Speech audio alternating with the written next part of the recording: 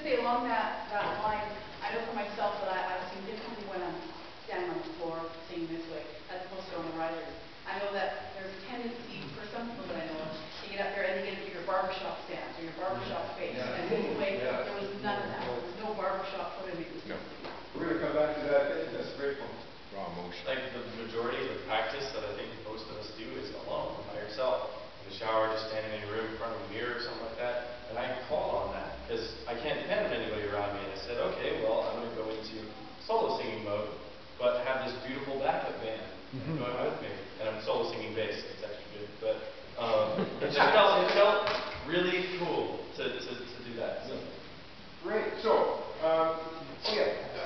I found out that I didn't know the part as well as I thought. All right. But what was kind of nice about it is it wasn't it was an inviting way to find out that I didn't know the part as well as I did, as opposed to the rest of the chorus sitting out in the chairs and throwing a quartet up in front of them and going, oh, sorry, you don't know the part. It was much more inviting to find out that I didn't know the part as well. Okay. Cool.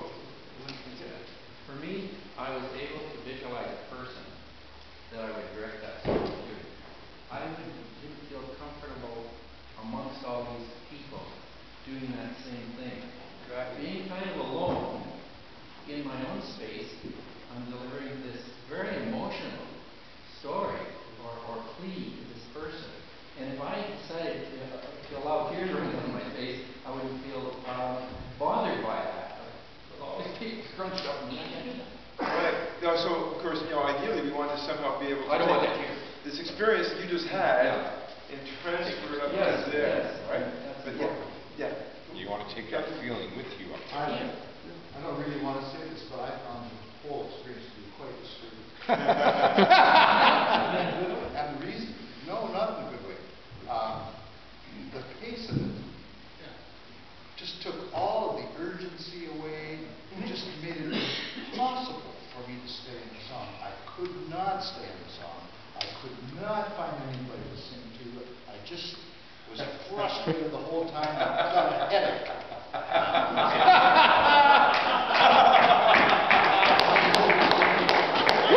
Singing behind her. Yeah. I have to stay out from Charlie because I lost my team. All the risers. And the truth is, of course, the song probably took like an extra minute to sing. Yeah. We milked the crap out of But it.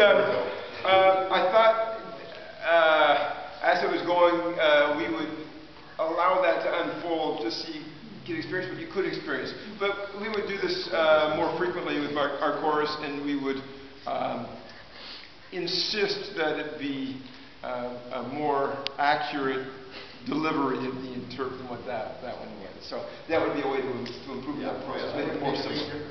Oh, absolutely. I understand. I understand completely. Yes? I felt like I could sing much more freely. I always feel on the risers that I have to really make sure I don't screw up one single note because there's a bunch of people who can hear me. And here I felt like, well, there was maybe one or two, but they were in their own space. So I felt like I could sing much more emotionally because I had the freedom to screw up if I wanted to. Yeah, Which seems weird, but oh no, I understand what you're saying. That you need to give yourself permission to make mistakes, right? And not worry about how the people around you are going to feel. I got to tell you this. Ever read any of the Inner Game books? Yeah. Okay, so I read a story in this one, and I figured, how can I use this experience to do something similar in barbershop? And it was when we were learning "Brother, Can You Spare a Dime?" And the chorus loved the song right away. And they were very excited about the first time we were going to sing it in front of the district. And this is, it was fairly new. We hadn't done it all that long, and we weren't doing it with the visual stuff, the red line and all that kind of stuff. We were just standing there and singing. But they were really excited about doing this for the district. It was a performance that meant something, it's the district, right? And so when we were getting ready for the performance, I said to them, okay, I'm going to give you a little assignment, during this performance. And it's this. Somewhere in this song, in Brother, Can You Spare a Dime, I want you to make a mistake on purpose. All right? And if you can't tell the people around you what you made a mistake on purpose. You can't then explain it away. Just make a mistake and then move on. And if it bothered you, then make another one. And keep doing it until it no longer bothers you. That'll never happen. It was very interesting. A couple of guys just kind of smiled knowingly. And the rest of the guys looked at me like I had 3 heads. But they didn't understand, but they did. They trusted me enough, they did it. And the result, the audience was on their feet immediately when we finished this. And it wasn't, the song wasn't that good yet. You know, it was early in the development of this. But there was a freedom that came, an honesty that came out of the performance because they removed that fear, you know. And guys came up to me afterwards all excited, you know. Oh yeah, I decided I was going to sing this note wrong, and then I got there and I forgot. They just kind of swept up in the whole thing, you know. The whole pressure of I got to be perfect. It was just all kind of gone, you know. Yeah. And they were just honest people, musicians singing, and it affected the audience, you know. So I think there's a huge truth there. That we can, Well, along with what you're saying there, Steve, like, if you think about it, if this was your chorus on this song, and you just got this song, after the few hours that we spent together in Misery, when I haven't sang with a lot of people in Misery, and vice versa, right? The sound that we're able to produce, and the emotion that we just produced, and like these guys that are sitting up there listening to us, they felt that. So, I mean, we're talking about just a small group of people.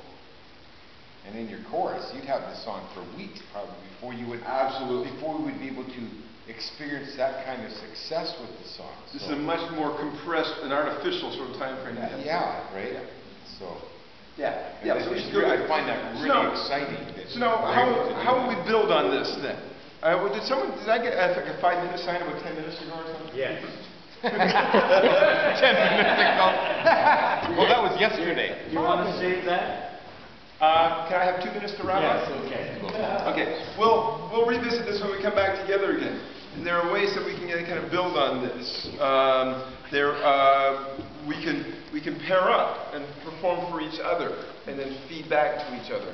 Sometimes David will have myself and a few other people just kind of walk around the room as we're doing this and kind of come into the view of the person and stand there and speak words of encouragement to them.